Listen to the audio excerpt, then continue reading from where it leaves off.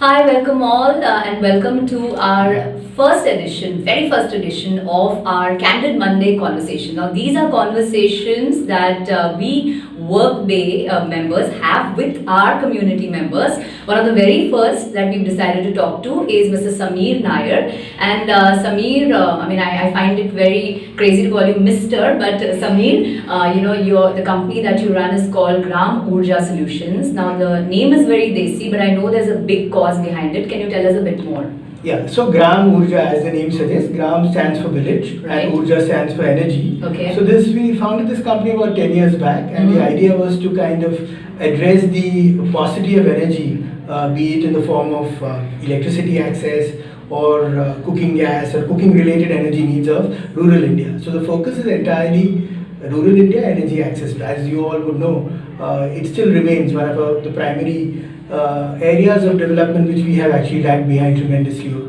as a country. Okay. So this was thought of as a private sector initiative to try and address some part of the problem. Obviously, the problem is vast. It's not as if one entity can solve everything. Right. And how many villages have you managed to? Yeah. So we have now, like I said, we've been around for 10 years. In the initial phase, we had very different models, but over the last 7 or 8 years, we actually go to the village and create solar-based power plants in the village itself. Wow. So, and that is the power that you would get is like the electricity that you get at your homes, which is like you can run an AC, for instance, if you wanted to. Okay.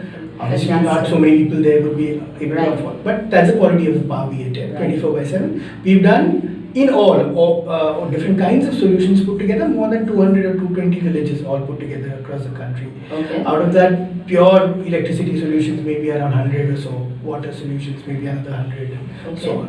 Okay, and what brought you towards this noble cause? Apart from it, being something in the business field as well.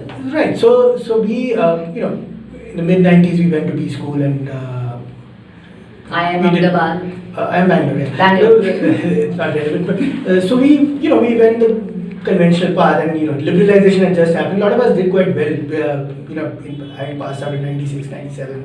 We were doing well in our careers in the mid 2000s and so on. And the financial sector had boomed a lot in those times, and True. I was also part of that sector.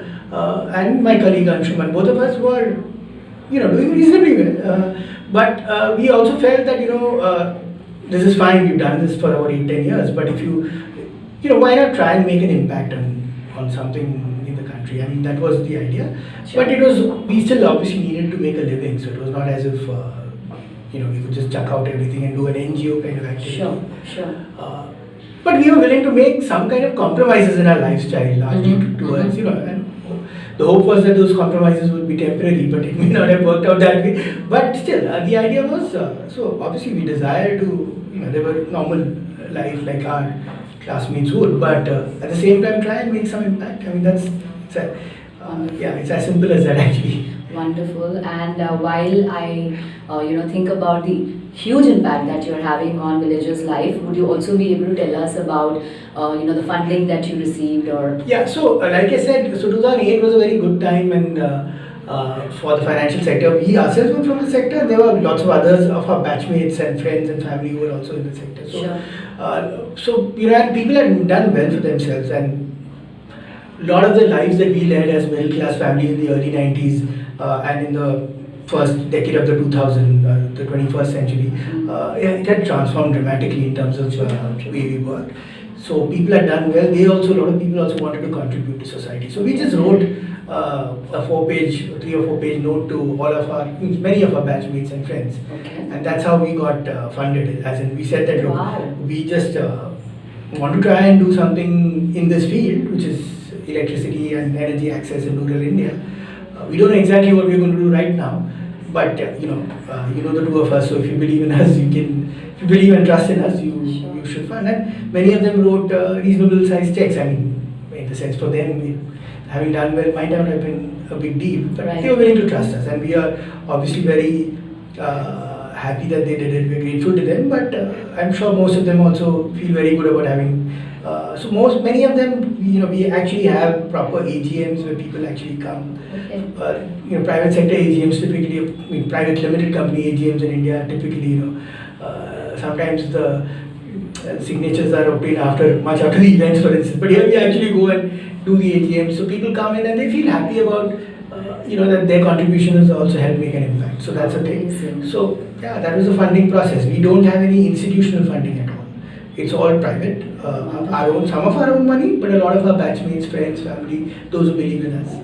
Fantastic. I think that is the impact one single individual can have, and we also feel that every single member at Workbay makes an impact on our community. So thank you so much for your time, Sameer, and for making the world a better place and making India a really, really better country. Thank you. It's been a pleasure talking to you. Thank you.